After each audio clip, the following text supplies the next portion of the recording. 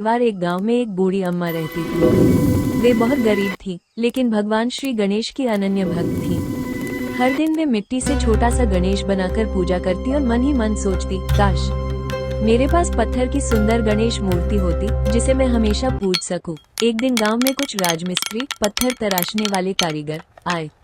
वे बड़े मंदिर के लिए पत्थर की मूर्तियां बना रहे थे।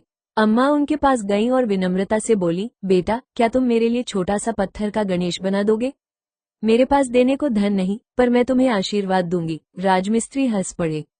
उन्होंने कहा, हमारे पास समय नहीं है और बिना पैसे के काम नहीं होगा। अम्मा उदास होकर लौट आई, लेकिन उन्होंने गणेश जी से प्रार्थना की, हे विघ्नहर्ता, अगर आप चाहें तो मेरे घर भी आ सकते हैं। उधर राजमिस्त्री मंदिर के लिए दीवार बना रहे थे।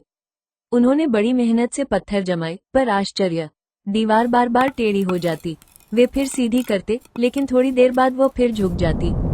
वे परेशान हो गए। उन्होंने सोचा शायद पत्थर खराब हैं। उन्होंने दूसरे पत्थर लगाए, फिर भी वही हुआ। दीवार सीधी बन ही नहीं रही थी। उसी रात उनमें से एक कारीगर को सपना आया।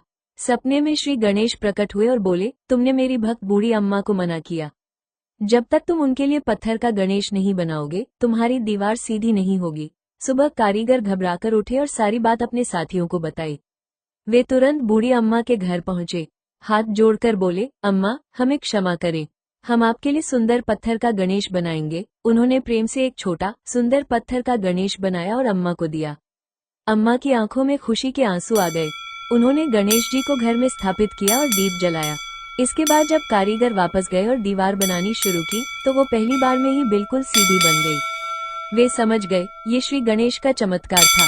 संदेश: भगवान गणेश अपने सच्चे भक्तों की रक्षा करते हैं और अहंकार को झुकाकर ही रहते हैं।